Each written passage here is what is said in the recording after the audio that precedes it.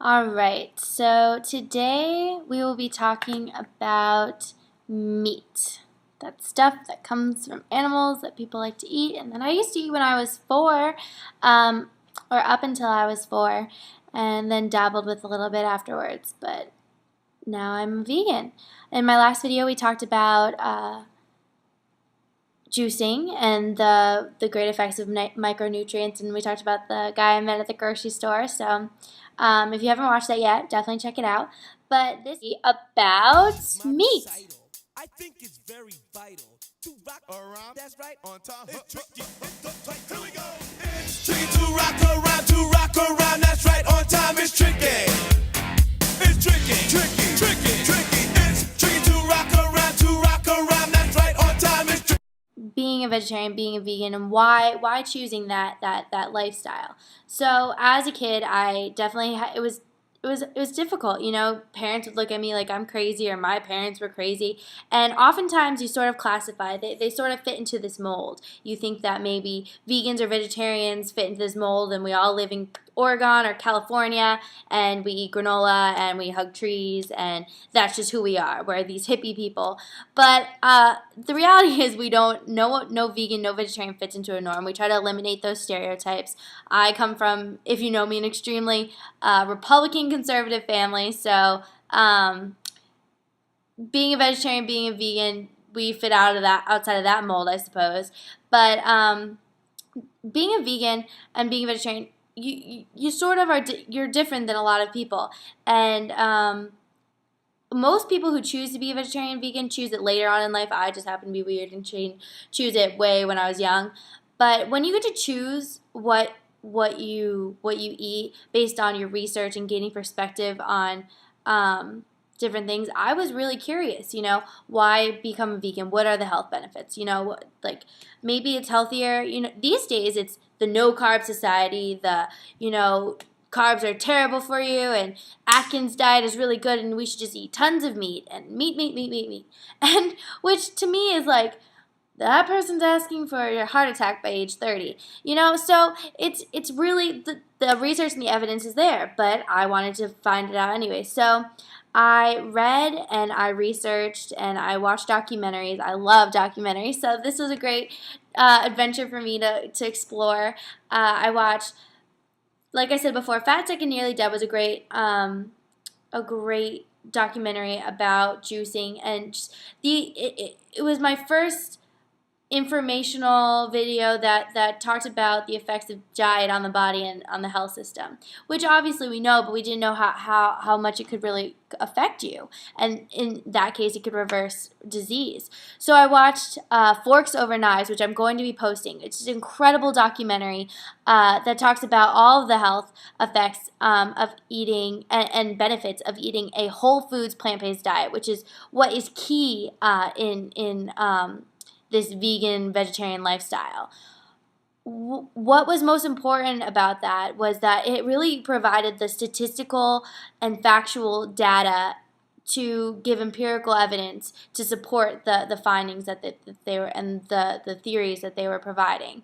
What they found so clear was the red meat and the meat, that those meat foods, those products, were actually clearly linked to a number of cardiovascular diseases, diabetes, and plenty of other cancers and other really terrible diseases and infections within the body.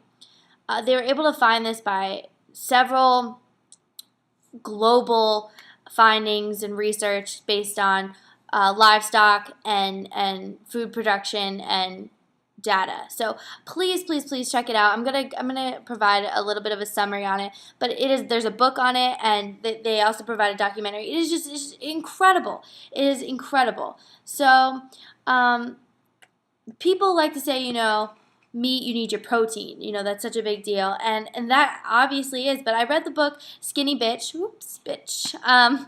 And it gave me perspective that, like, we get protein from so many different areas. It also gave me this whole life-changing experience that, why do we drink cow's milk? Who was the one that was getting the cow's milk? and just made up the reason that he wanted to actually just drink that milk, because that seems pretty interesting and controversial to me. But we are the only species in the entire world that drinks another species' milk. And the reason women lactate when we birth kids is to that milk is supposed to provide the sustenance for them to grow tremendously in a short amount of time. So what milk is just essentially sugars and stuff like that to make you larger, grow the cells and molecules faster than they would without it. So, and then when you think of like fat-free or 2%, you just think that that's been, ridiculously played with in the chemistry lab, and who knows what they're doing in there with experiments. And so it's not in its natural form, not in its natural state. That can't be healthy for you. I used to think, oh yeah, skim milk, that's fine, I'll drink that. But the reality is it probably isn't as healthy for you. So I switched to almond milk, unsweetened almond milk. But, everything's okay when it comes in, not everything, don't do drugs. But everything's okay in in moderation. That's key. So when you're thinking about trying to become a vegan or vegetarian, and you're scared that the person that you're dating or your parents or your friends will be like, what are you doing with your life? Why aren't you eating? And it comes down to, this goes in my body. I don't care if you're sitting there and you're eating a huge thing of ribs. Like, that is you. That's what you want to do. And that's fine. I'm not going to sit here and say that's right or wrong, because it has nothing to do with me. Do what's best for you. Always focus on yourself when it comes to your own diet and your nutrition. I'm here trying to preach, good, healthy habits. And when it comes down to it, it's your deal. You can choose to, eat healthy, you can choose to work out, or you can choose not to, and that's your prerogative. But when it comes down to it, maybe think about researching and just gaining perspective about this industry, because there is so much out there that I was naive to, and I was constantly reading stuff, and so I just can't believe the amount of stuff that we don't know, the lawsuits and the litigation processes that are so hidden and so secretive. And also the money-making industry with the government and with certain products, with the milk industry and the farmers, and it's just there's a lot to, you almost just want to like question it and wonder like why public school lunches need a certain amount of milk and dairy products and meat and stuff from certain farmers in certain regions of the country. It's stuff that you sort of start finding out, and you wonder like, is the government in my best interest? Am I eating the food that I've been told to on my little pyramid that's now a plate thing that I'm supposed to? Maybe just think about how you feel after you eat crappy food. Maybe crappy, probably. Maybe think about just trying some vegan options, some vegetarian options, eating the stir-fry recipe with tofu that I provided way down on the blog about a couple weeks back. So maybe just think about having Meatless Monday, or just trying to incorporate something else. And if people freak out that you're like not that you're saving animals, or that's your prerogative, that's when it comes down, I'm all for the humane treatment of animals. Skinny Bitch, there's a huge chapter on actual events that have occurred in slaughterhouses, written or told by people who have actually worked in that industry in those slaughterhouses, which completely reconfirms the fact that I'd never want to eat meat again, even though I was freaking out in the beginning of my veganism thing, thinking this was a crazy diet thing. But the reality is that I'm all for the humane treatment of animals, but when it comes down to it, I'm worried about my own health. Like, poor Piggly Wiggly over there, like, love ya, but there's nothing I can do about you. There's nothing I can do about your health. But I can change me, and I can change my future kids. Hopefully, they'll have some sort of perspective. And I can try to preach as much as I can out here and just give as much information as I can, because that's exactly what I want to do.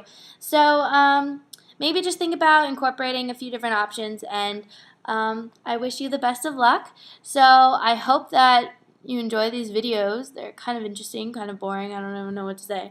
But they're just stories and perspectives, and just try making yourself less naive to a lot of a lot of the information that's out there that you wouldn't even know. There's tons of documentaries, tons of books and articles. So just educate yourself, because education doesn't hurt. And think about every bit of food that goes in your mouth. Everything that goes in your mouth matters.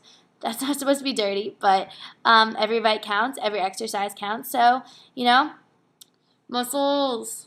Peace out. This speech is my recital. I think it's very vital to rock around. That's right, on time. It's tricky. It's tight.